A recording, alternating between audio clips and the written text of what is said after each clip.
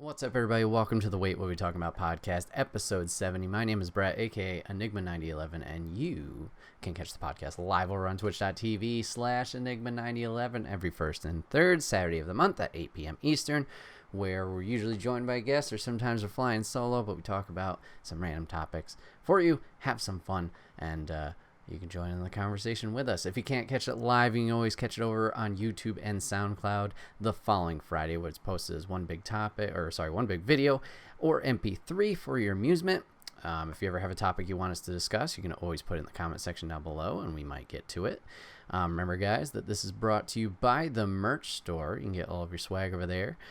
T-shirts, cups, backpacks, and more. So rep the brand, support us. It would be greatly appreciated. So yes, another solo episode just because my poor planning and didn't invite anybody. So that's on me.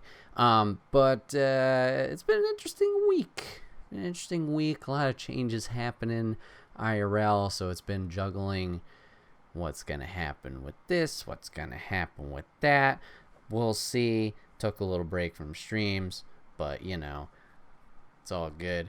So yeah, I was trying to think of topics as well for myself. So I definitely have two. The third one might be a Hail Mary shot in the dark when we get to that point. Just kind of gonna play it by the seat of our pants. But I wanted to start off with a topic we've kind of been talking about on streams lately, or at least the past couple weeks. And it's Mortal Kombat 11. I want to talk about that and my impressions, I guess, of it after a year of it being out and playing it. Recently on streams, we played through Injustice 1, Injustice 2, and then Mortal Kombat X and Mortal Kombat 11, leading up to the Mortal Kombat 11 Aftermath DLC. So with revisiting these games, I was kind of talking about this is the pros, this is the cons of this game. So I kind of wanted to delve more into it. And since those streams, I've been playing those games, at least Injustice 2 and Mortal Kombat 11, a lot more than I was. And I think I might be coming around to Mortal Kombat 11 a little bit more. I was kind of against it. Not that it was a bad game. There was just certain aspects I didn't think were as fun as previous iterations, like Mortal Kombat X, which blew up and was a blast, and then Justice 2 felt like it had that replayability. Mortal Kombat 11 seemed to be lacking that, in just that it's tower mode, your basic gameplay after the story, I guess, other than online, if you're one of those people that does that, just didn't seem as fun because of the modifiers that they had. They had modifiers in other games like Mortal Kombat X and Injustice, but it was kind of like sporadic when those would show up in the towers. It wasn't every tower as it's in Mortal Kombat 11. So early on, I was getting very frustrated with that, especially a certain tower where the modifier would make the screen go black at random intervals. So you were just fighting in the dark for no apparent reason. And Noob Saibot would kick your ass all the time. So it's like, well, this is frustrating.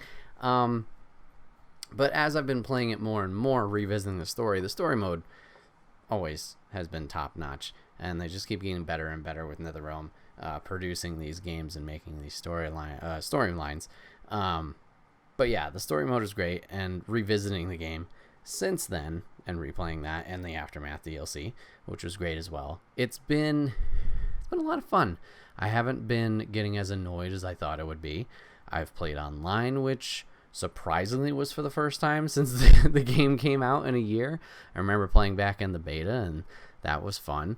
NetherRealm's definitely got their netcode and their connectivity spot on, so it's not like you get a bad connection, which unfortunately can be the downfall of a lot of fighting games and makes it not particularly entertaining to do for a long time.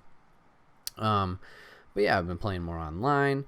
I was playing more of the tower mode, and it seems like they kind of have either modified it so there's not as many modifiers in the match, or just maybe I'm not noticing them as much. Maybe they're just not as cheap as the ones I thought they were, or how they were originally, I guess.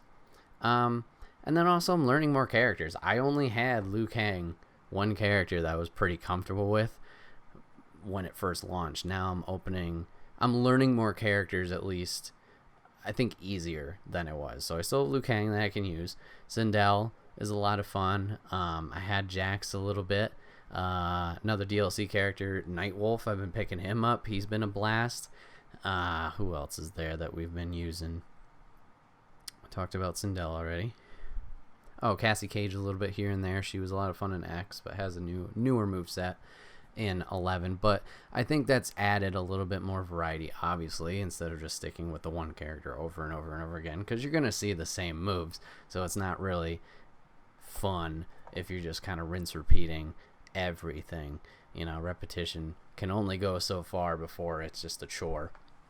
So maybe that was a big factor, and maybe, that's on me that I didn't branch out to other characters. But yeah, I've been having more fun with it, and it seems like not always, but I want to set more time aside to play that game, which I'm happy, because like I said, once again, there's a lot of good in this game, and it's kind of like a big love letter to Mortal Kombat fans. Like, the story mode, as I mentioned, fantastic, but then there's just so many references and little nods and things towards the previous games, which I haven't played most of them, but picking up on the lore here and there, I'm like, oh, that's that character, oh, that's that character, this person's not here, this person's dead or alive for this reason. And a big factor of that is the crypt, where you can unlock the fatalities, brutalities, different skins, different augments, the gear pieces, which I'll talk about in a minute. And the crypt's just a lot of fun, because you're literally walking around in Mortal Kombat, almost like a open world type thing, except it's not, but just walking around this level, and you can explore, get the chests open, find different things, and solve these puzzles, and find even more stuff to get.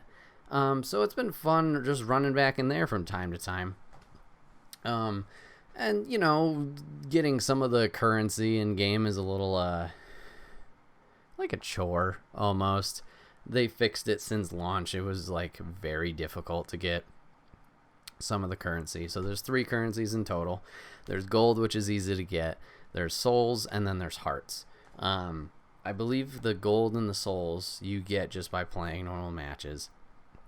The hearts you can only get by performing fatalities and brutalities.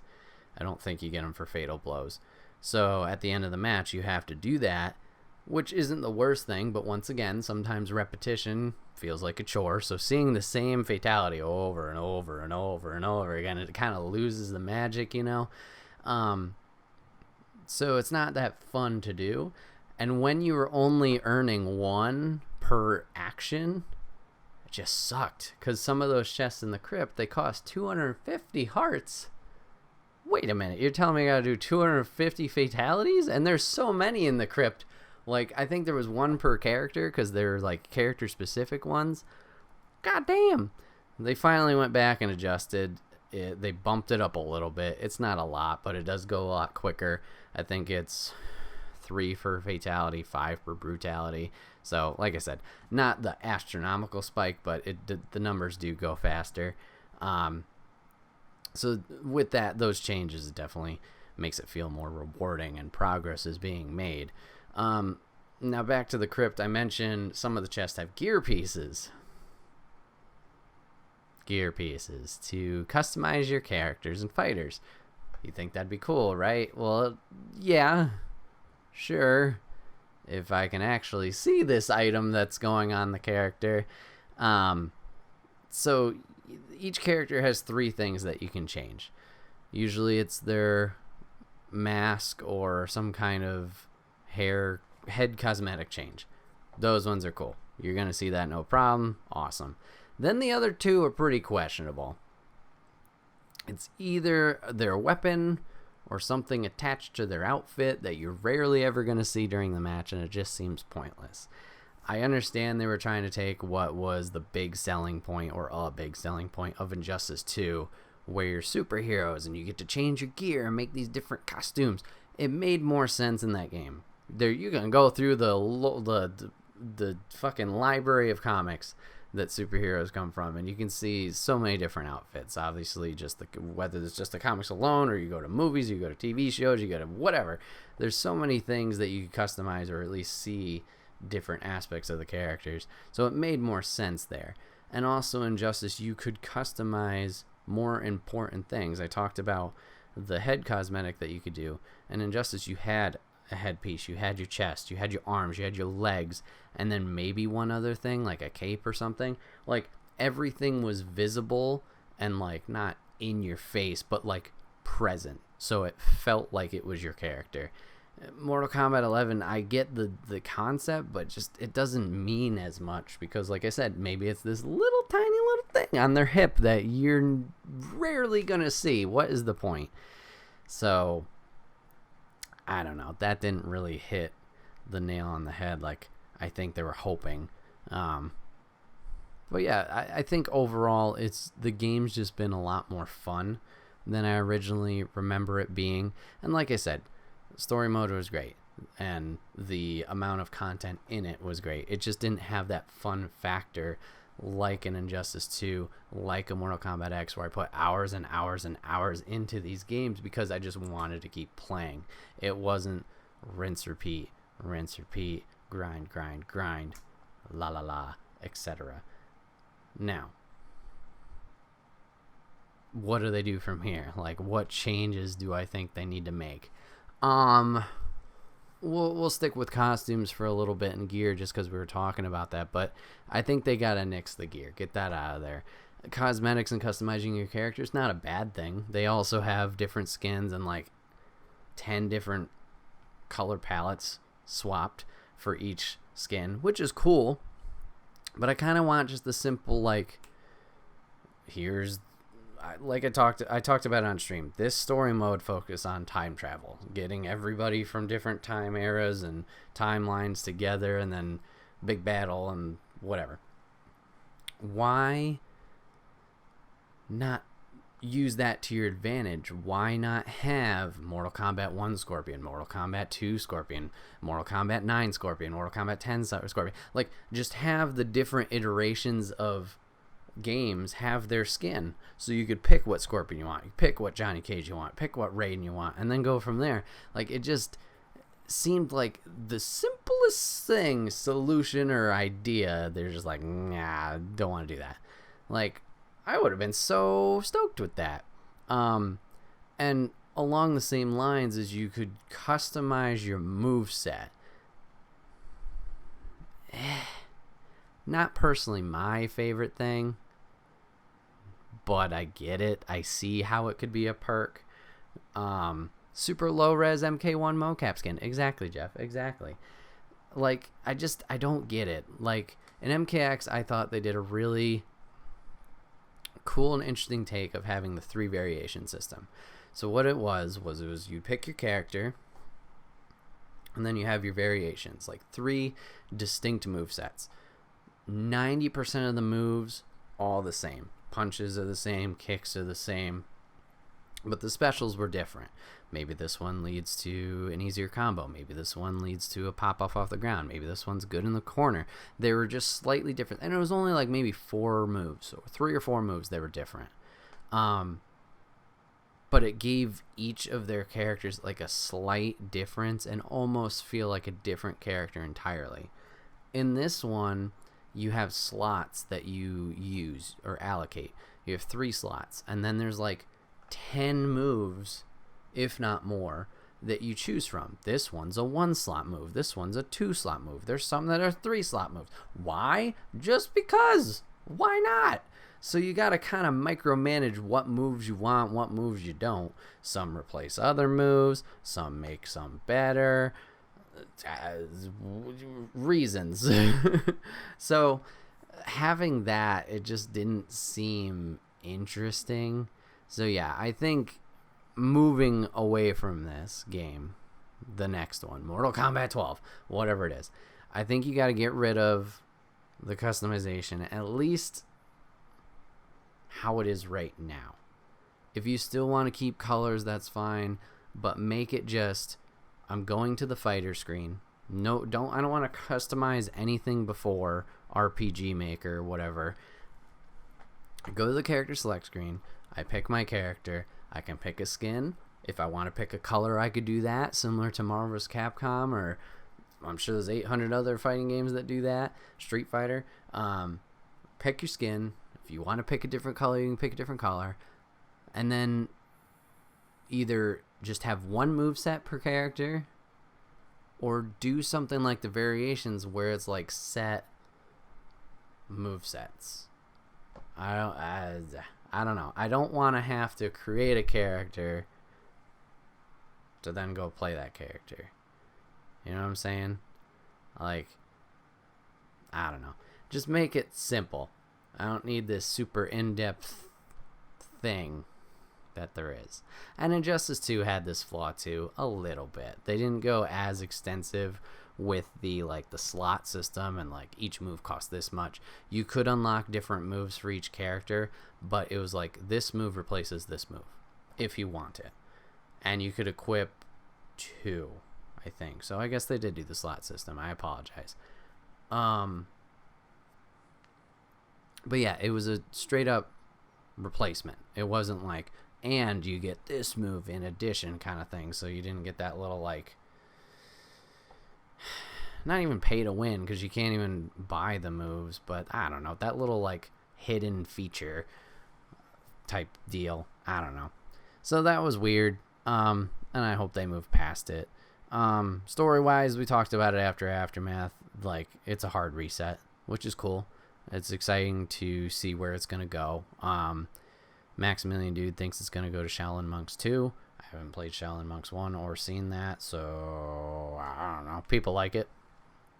But yeah, it's going to be interesting to see where they go from there. Obviously, they're still going to have Mortal Kombat for some reason, even though Liu Kang's in charge, but reasons. Are we going to see characters return? Are we going to see just a bunch of new characters? Obviously, we have the ones that are dead. But yeah, it's a hard reset. We'll have to see where it goes from here. I mean, we're not going to see this game for quite some time, just based on their development cycle. They were going Mortal Kombat Injustice, at least for the past like couple of years. But there's rumors that they're working on something different. So we'll see. It'll probably be like mid next generation, if even that early. But yeah, solid game overall. Like I said, presentation-wise, they nailed it. Content-wise, they nailed it. It was just that fun factor that was lacking for a while, and I'm realizing it or regaining it, I guess. I don't know, now. And I would definitely recommend it. It's a great game, beautiful game. Graphics are amazing. But yeah, just be aware that sometimes those modifiers are a little bullshit. And you can counter them. Like, you get to pick your own modifiers, which is good. Like, plus on this damage, I get armor, I can heal myself, I can get an assist. Like, that's good, but whew, man, that one fucking tower, a lot of anger.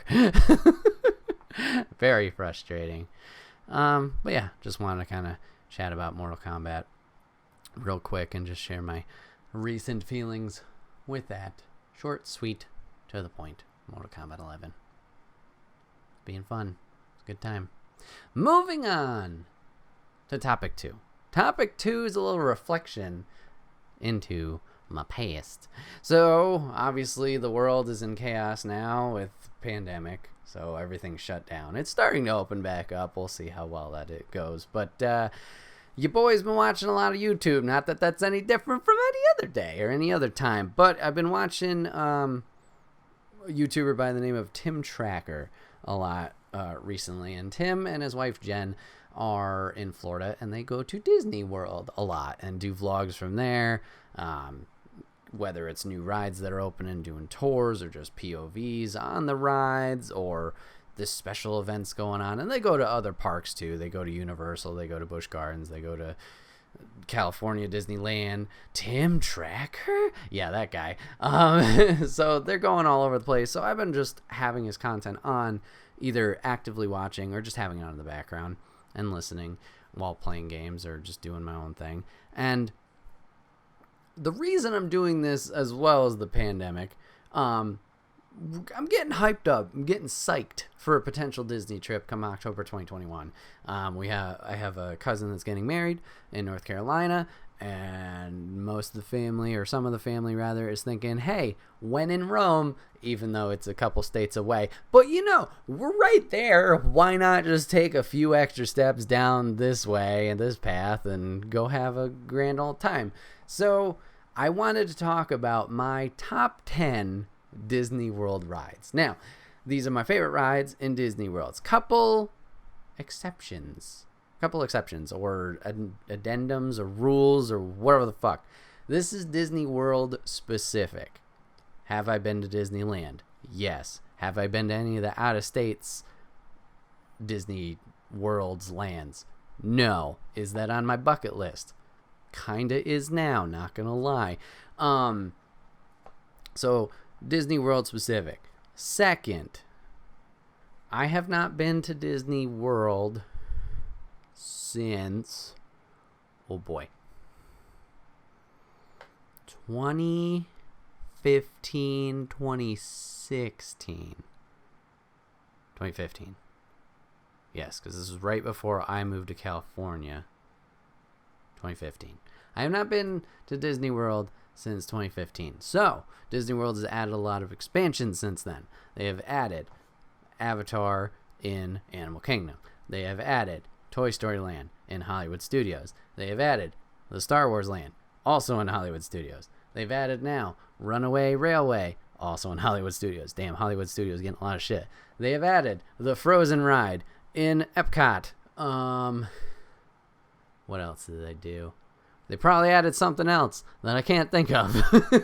So there's some things in here that are not going to make the list. For example, Rise of the Resistance. Rise of the Resistance opened this past summer. I'm sure that's going to jump right up there on that top 10 list. Watched POVs on it. Looks fucking amazing. I think it's going to be one of those things. Once I ride it, even though I've seen everything, it's going to be a life-changing experience. So, not making the list. Also, once again, this is specifically World we're talking about. So no Disneyland stuff. I'm not going to be talking about Guardians of the Galaxy Tower of Terror. Not going to be talking about Cars Land Cars ride that I don't remember the name of. Not going to be talking about Paradise Pier roller coaster or Incredicoaster as it is now. Not talking about that. Been there 3 times. Good times. All one-day trips. I really didn't get to explore everything. Good times. But no. Just sticking to the World, the Florida, the Mecca. So, top 10 Disney rides for you boy. Starting at number 10. This one's an interesting one because it's a throwback. This ride is no longer in Disney World, so already I'm kind of poking up my rules and be like, haha, wait a minute. It's still active in California. Number 10, Mr. Toad's Wild Ride. It's a dark ride.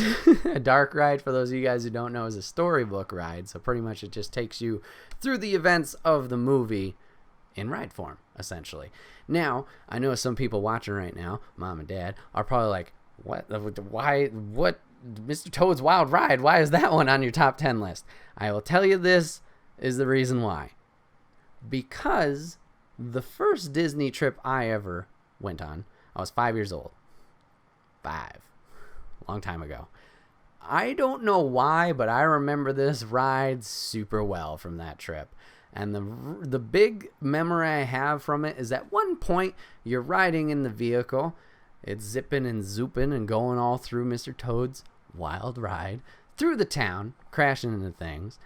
And at one point, your little buggy is about to get hit by a train.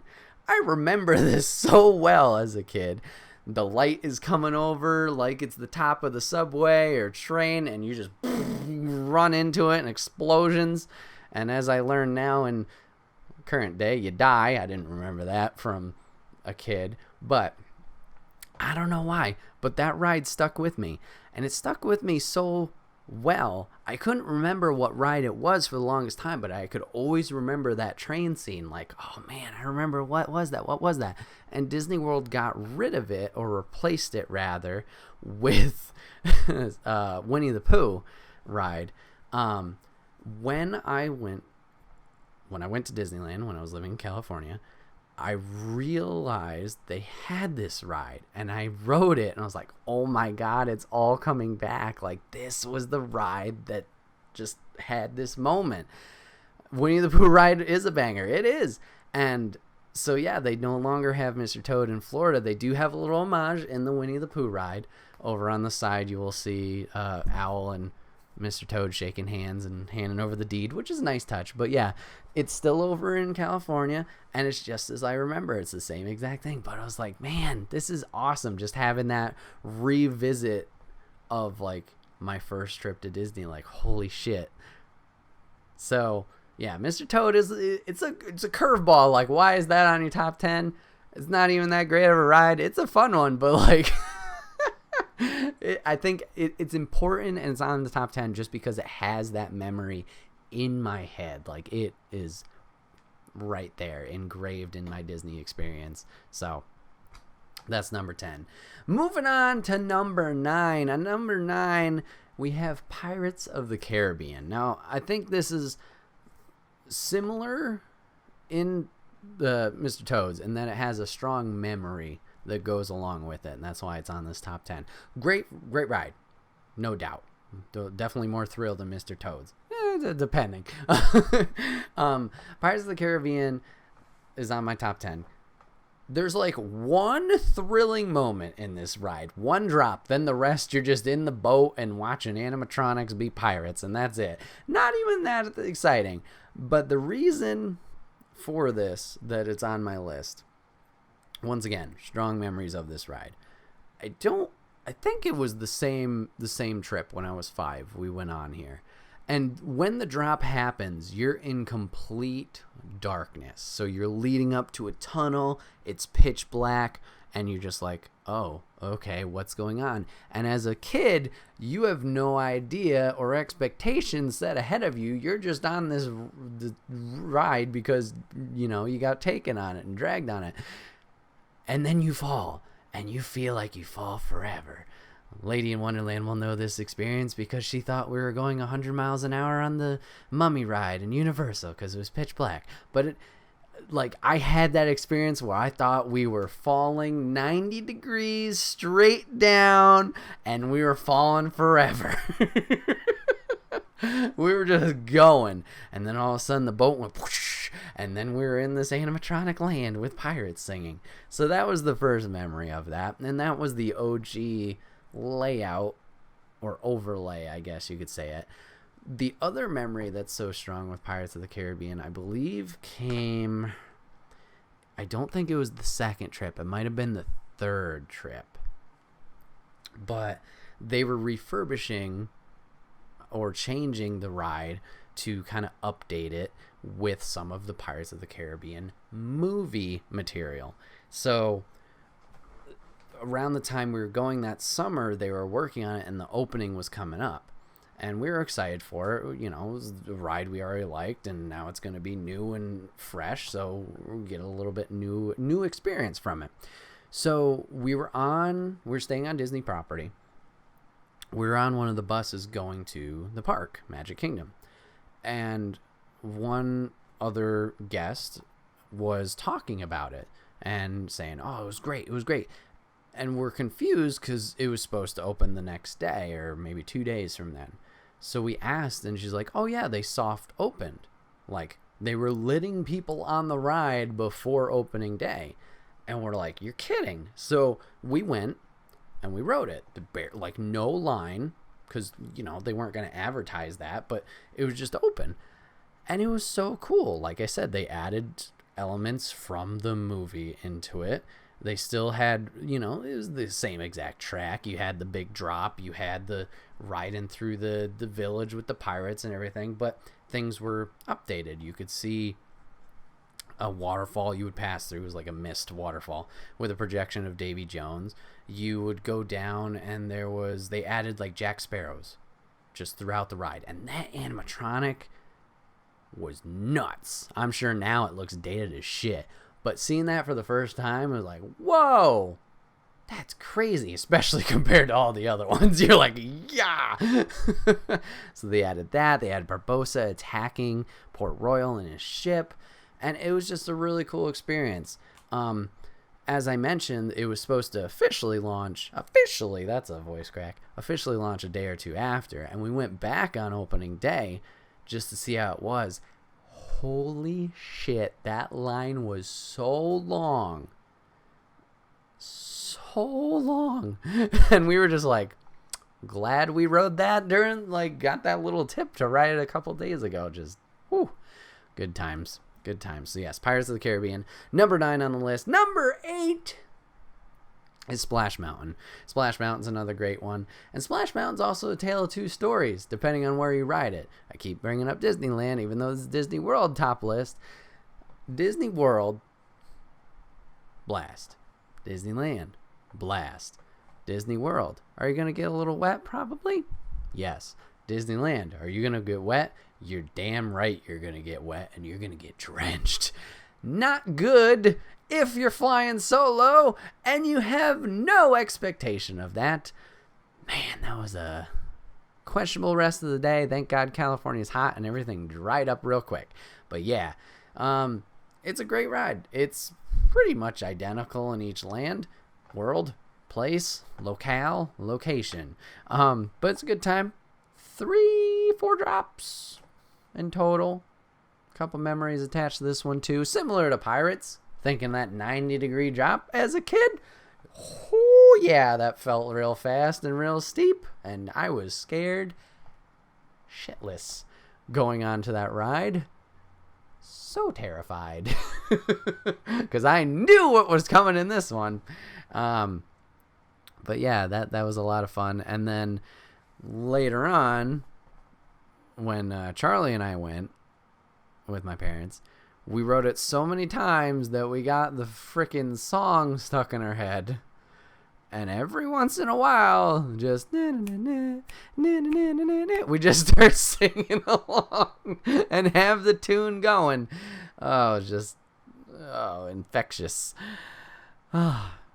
Just a good time. Just a good time. Like I said, if you're going to Disneyland and you're riding that, you better be prepared to get trashed. Speaking of water, moving on to number 7, Kali River Rapids. Oh, this one is a fun ass time, especially if you have a good group in your boat, like you bring a lot of people or you just have an energetic group. Man, those river rapids, fire. Everybody's trying to move the boat, not get, blasted with water. It's Florida, it's already hot enough, but they blast fire right next to you before a big ass drop to make you sweat. So the water's gonna be like, so good afterwards. But props to my parents. They got a 10 out of 10 plan for this. You go to Animal Kingdom, you go bright and early. You go right to the safari, the Kilimanjaro safari. You sit, go in a little Humvee, buggy, truck thingy. Chill, have a good time, see a lot of animals, see a lot of wildlife. Get a Disney story where you gotta save some elefantes who are, animatronic, but whatever. The thing's like 20, 30 minutes long. And you're out in Florida where it's hot as hell, in the sun, barely any coverage. You get hot. You sweat. Maybe you stink a little bit. Right after that, I don't know. Safari's only 30 minutes. I don't know. I'm just saying numbers. It could be longer than that. It's a while. You're sitting there. All right? You go on the safari. As soon as you get done with the safari, you go right over the river rapids and you get soaked. So refreshing. Now, back in the day, Animal Kingdom that was all we had. Animal Kingdom was like the lowest of the low of the 4 parks that Disney had to offer. Now it's a lot better. They've added stuff, and maybe we'll be talking about some of that stuff later. But there was more appealing attractions to older people, thrill rides, or just people wanted to look at things and go, ooh, look at that. Yeah. Culture. But during that time, that was all we did. We just did that in the morning, and then whoop, we went to Magic Kingdom or somewhere else for the rest of the day. 10 out of 10 plan. The plan gets even better when your safari breaks down and you're stuck out there. in the wild. I don't know if we broke down or somebody else broke down and we were stuck, but we were stuck in the safari. We were stuck for a while. Now, because we were stuck, we got more sun on us, which means more warmth, more sweat, more stank. We're sitting there. They fixed it. Figured it all out. We finally get off. Everybody's running. Getting off that thing. Guess what? Going to the river rapids. They're rushing. We're not rushing. Get off. Whatever. It sucks. Ha ha ha. Good times. There's Disney people, cast members, waiting there, apologizing. I'm sorry you got stuck. Hopefully you're okay. Is there anything we could do? Think it was Mom. Mom, using her big brain, jokingly said, haha, wish we could have some fast passes for the river rapids. Cast member goes, you know what? That's a great idea. And gives us fast passes to the river rapids. If you don't know what a fast pass is, it's pretty much you get into a really quick line. You go on that ride without waiting 2 hours or etc. Hell yeah. So we just got those. Go over there. Whoosh. Awesome. Great time. But like I said, it's a blast, especially if you have a really good group in your boat. There is a water rapids in California, but I haven't been on that one. But this one, top tier. Number 6 on the list is Big Thunder Mountain Railroad. All right, probably mentioned it somewhere. I'm terrible at roller coasters and the like. This is a roller coaster.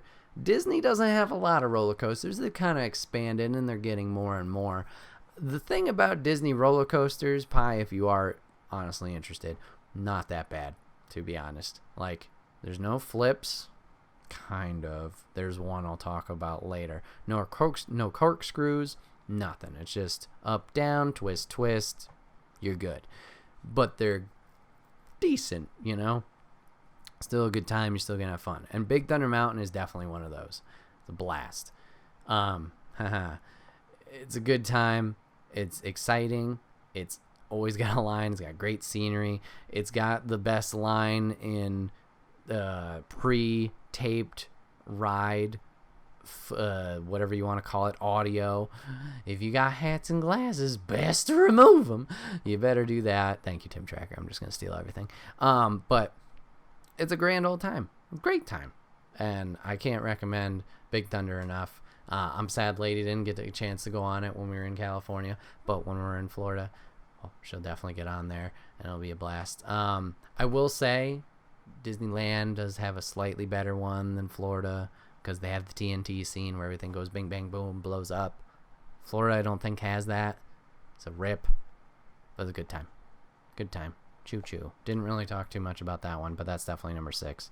It speaks for itself. Test Track is number 5. Number 5 on the list, Test Track. Test Track was another new one that we got. Another new one we experienced. I think this was the second trip we went to Disney. But Test Track was brand spanking new. And essentially, Test Track, original Test Track, which I think is my favorite version. The new version's fine. I'll get into that. The original version was a test track. And you were test dummies. So you were sitting in a car that was going through a test course. You would go through a heat check. Temperature check. You'd go through bumpy roads. You go through speed tests, brake tests, different aspects like that. And you're literally in the dark going through these different rooms. Like I said, the temperature, so you get blasted with heat, then you get blasted with cold. You got the brake check, so you go real fast, and then you put the brakes, and they would randomize it, so either your brakes worked and you kind of coasted around a corner, or you like lose control and go wah and like do a wide turn. Bumpy roads, you would go through that, and it was a fun experience. There was 2 other parts to this ride that were a lot of fun. So there was one point where I think you were doing another speed test or something, but you were going fast, and you're in the dark, mind you. You're going, and all of a sudden, wah, there was a big fucking semi-truck just wah, coming at you. Scared the shit out of you. and you round the corner and barely evade it. So there's that. And then as you're done rounding that corner calmly and safely, like, thank God I'm alive, you come into an actual, like, testing room where you got, like, crash test area. Picture that. And there's a big wall in front of you, and you brake, and you stop, and you hear, okay, we're going for the crash test, on 3, 2, and you gun it at this wall. You gun it at this wall, and you're like, oh fuck, oh fuck, oh fuck, oh fuck. At the last second, the wall opens up, and you're going 60 miles an hour, going whee, just around this, like, bank turn so fast. It's so awesome. So, OG ride was great. New rendition of the ride, you're going 100 miles.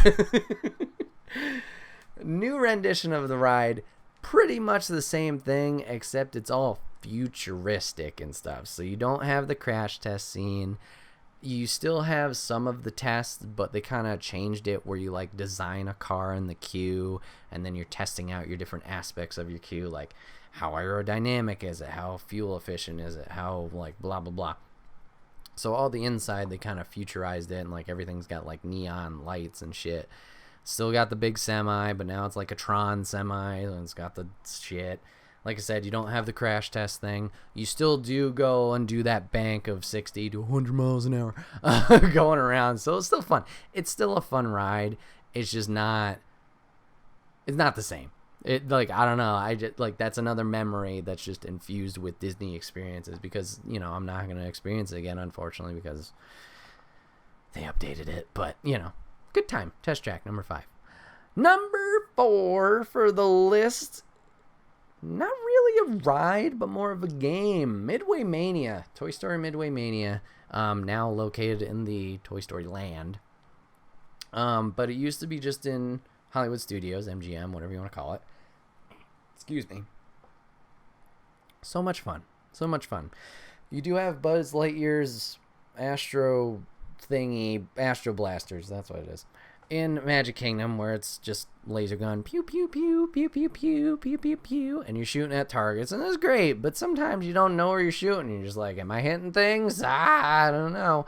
Midway Mania, they updated it, so it's just screens, 3D glasses you put on, and you're traveling from screen to screen, playing like a quick minute mini game. Bah, bah, bah, bah, bah, like 10 of them. And you have your gun in front of you, and it's a pulley.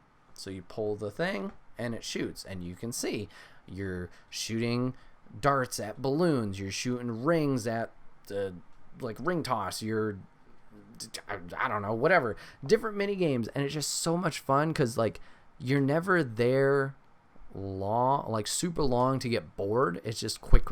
It is WarioWare-esque, yes. And the cool thing about this is it was so popular that they made a version on the Nintendo Wii. So you could just play this game at home and practice and get good if you wanted to. But yeah, that line is always insanely long, and rightly so, because it's just a blast. Blast of a ride, game experience, whatever you want to call it. Highly recommend it. And especially if you got somebody next to you who's highly competitive or just having a good time. Oh yeah. Oh yeah. Number 3 is Hyperspace Mountain. Now, you're going, Brett, what's Hyperspace Mountain? I've heard of the Space Mountain thing. What's Hyperspace Mountain? Well, Hyperspace Mountain, I believe, is in California. Sucks. I hate you. But I'm not talking about the California one. I'm sure it's the same thing. But we had it in Disney World for a small, itty bitty, limited time. There was just an overlay of Space Mountain. Same exact Space Mountain roller coaster. It's in the dark. You go up, you go down, you go side, no flips, no nothing. Fast pace. Good times. Great. We went, I think it was this last trip. They had some kind of Star Wars celebration going on, so they had this overlay of Star Wars on Space Mountain, making it Hyperspace Mountain. No longer there anymore. Sad face. But like I said, same coaster and everything, but they changed it to have Star Wars. So you would go through the tunnel originally and you're traveling through hyperspace. And then as you exit the tunnel and exit hyperspace, you're in this big battle and you're just trapped in there. So you're zooming around and there's blaster bullets flying past you in green. You're going down. You're almost crashing into TIE fighters. You're passing TIE fighters and TIE bombers and X-Wings, and the spaceships are crashing around you as you're going through this roller coaster. And it was so fucking cool. And I wish they didn't get rid of it, because god damn, it was cool. TJ and I rode that thing so many times when we get the extra hours when it was late night. Man, good times. Space Mountain's great. Don't get me wrong. Space Mountain's great by itself, but man, the hyperspace version, if you get a chance to watch it, definitely recommend it. Wow, man, we are rocking and rolling through this list. Speaking of, Rock and Roller Coaster is number 2 on this list. Now, this is where the roller coasters get a little bit more intense. So, this one has a flip. This one has 1 or 2 corkscrews. I have to figure out the logistics so Lady can go on it. What a transition. Thank you. Rock and Roller Coaster is amazing. I'm just going to say that flat out. You like Aerosmith? Great. You don't like Aerosmith? Suck it up. Go on this ride. So you go on this coaster. You get in a limousine, stretch limo, coaster car. You sit in it. You load up. You go around a corner. You wait. You sit there. You just wait in anticipation. You see a big, dark, long tunnel in front of you. And you're like, okay, interesting. If you watch the pre-show, you know you're trying to make it to the concert. And you only have like so many minutes, but you got to get through LA traffic, which sucks. So you're waiting. And all of a sudden you hear the lead singer of Aerosmith, Steven Tyler, right? Oh, God. You hear him come on the loudspeaker. He's like, we got to make it. And he's like, he counts you down. 5, 4, 3, 2, 1. Boom, 0 to 60, 2.5 seconds. You're going, wah, straight down this long tunnel. Photo taken. You're looking ugly because you're going so fast. Right into that loop, you're going backwards. And then you're just gunning through this coaster, having a grand old time. Listen to Aerosmith and good songs. You got corkscrews. You got flip. You got random LA and California shit passing you. Such a good ride. Such a good ride. Well worth the wait. So good. And that's when I die. But you died having fun. If you like roller coasters, I highly recommend this one. And like I said, this is it's the only roller coaster that has a flip. It's the only roller coaster that has a corkscrew in Disney World. Disneyland does have Paradise Pier where they have the flip. So good. If you're a thrill seeker, go on it. Is it going to be the best coaster ever? No. Is it going to be a grand fucking time? Yes. Yes. That leads us to number 1. Number 1 ride for me at Disney World, and I can't stop thinking about it because it's so cool, is Everest in Animal Kingdom. Another roller coaster. Shocker. Everest is my top ride. I'll give you a reason why Everest is my top ride. When you can't stop thinking about how cool the ending of the ride is, it's something special.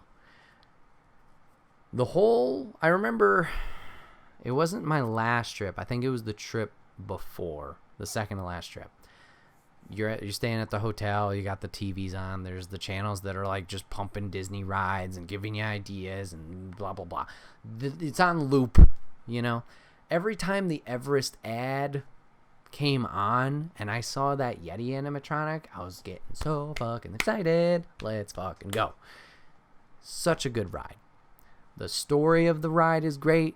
You're going up in the mountains, the Himalayas, in your little train, and you're just like, oh, we're going to have a great time. And then you get to a place and the tracks are torn up. And you're like, well, that sucks. So I guess we're not going on this ride. And then you go backwards. And you're going backwards through these tunnels, all in the dark. And then you see, oh no, a shadow of a Yeti ripping up more tracks. Don't do that, Mr. Yeti. That's no fun. And then you go forward, and then you go drop, and then you're zipping and zooming. You only see the Yeti 3 times. If you're counting that little video projection, one-time video projection. I'm pretty sure there's one time he reaches down at the ceiling. Maybe I'm just making that up. I don't know. And then you see him at the end, and he's huge. He's big. He's hairy. And he's mean. And he's roaring, and you're zipping by, and he tries to grab you, and he's like, rah! And there's flashy lights, so you don't even see him all that well, like all of them, so it doesn't look jank. It looks intimidating. Man, so good. So good. Makes Animal Kingdom worth going to. There's other rides now that makes it worth going to, but, you know. Damn it. So good. So good. So, yeah, the fucking, if you get the chance to go to Disneyland World, Disney World, I would say go on these rides. Mr. Toad, can you go on it? No. If you're in Disneyland, go on it. Have fun. Can you go on the OG test track? No. Can you go on Hyperspace Mountain in Florida? No. But go on the rides anyway. They're fun. If you're not into thrill rides, at least watch them. There's so many YouTube POVs. You can just check that out and live vicariously through somebody else. Experience it without panicking and dying yourself. So good. And it just makes me more excited for the Disney trip coming up. Hopefully everything's fine by then. Because, yeah, obviously I want to ride all these rides. And then I get the new stuff. You know, the new stuff I haven't even seen.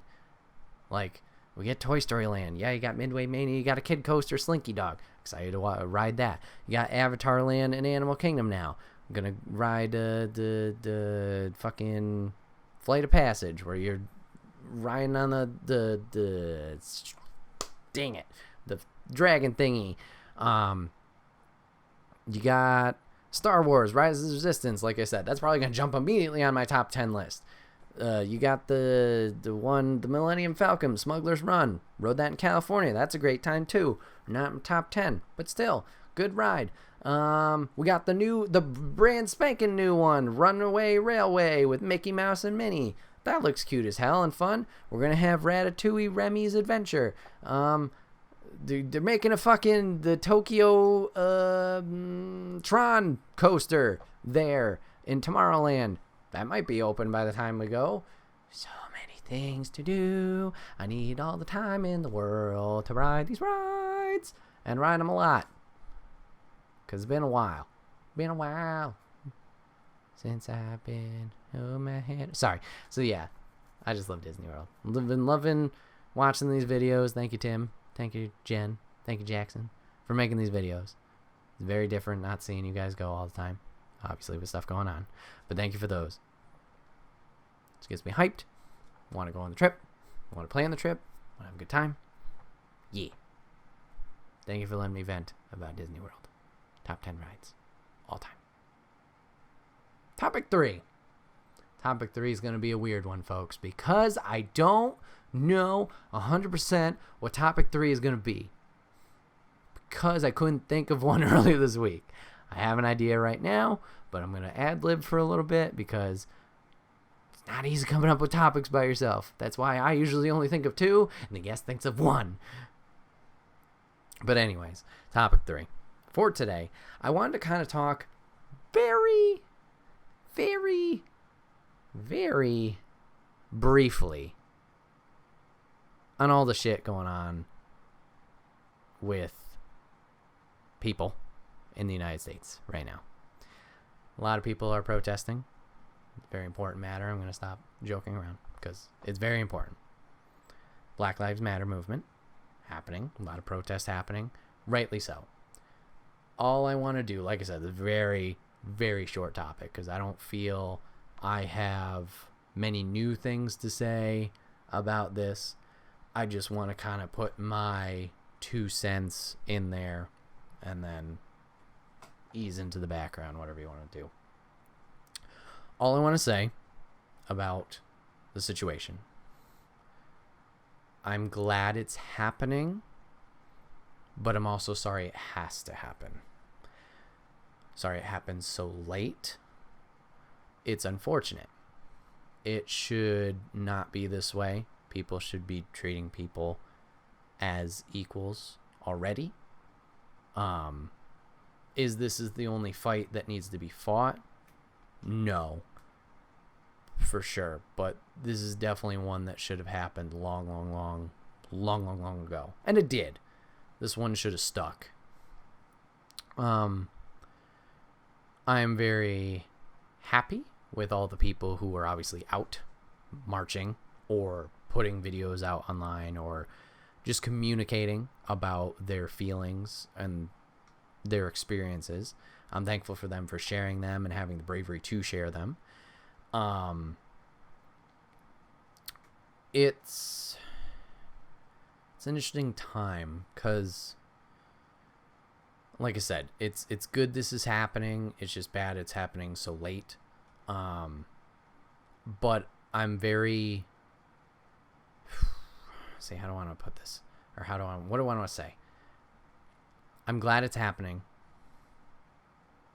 And I am excited and looking forward to the change.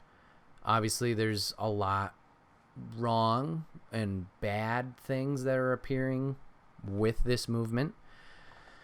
And it hurts and it sucks to see that.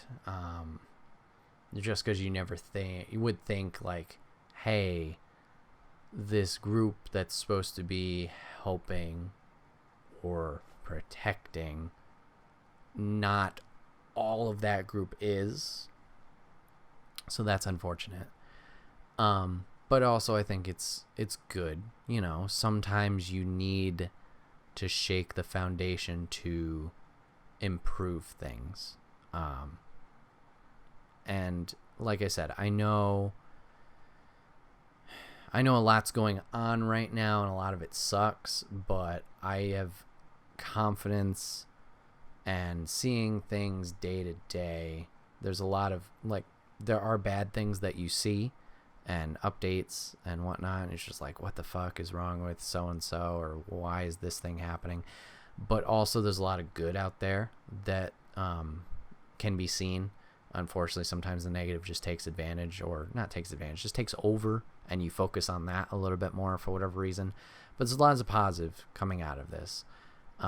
There's,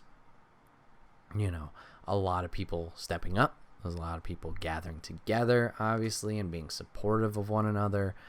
There's a lot of charities and donations that are happening. There's a lot of people realizing they were wrong and, learning from the things and adjusting. A lot of people like myself waking up to the situation. And I don't mean that Black Lives Matter. Obviously, I've been, never against that. I've been supportive of that and never have thought twice to treat someone differently based on that. But the waking up experience of maybe the government and who's in charge, maybe paying attention to that a little bit more, because I'll take responsibility, rightfully so. Like, I was never one to eagle eye focus on those kinds of things. And I'm not saying like I have to be nitty gritty, know every detail about every little thing, but maybe knowing more about that and being aware is the key thing. And I think more people are doing that now. So there is positives out of it, and it might be rough for a little while, but I think in the end, this is going to be a great thing that's going to help.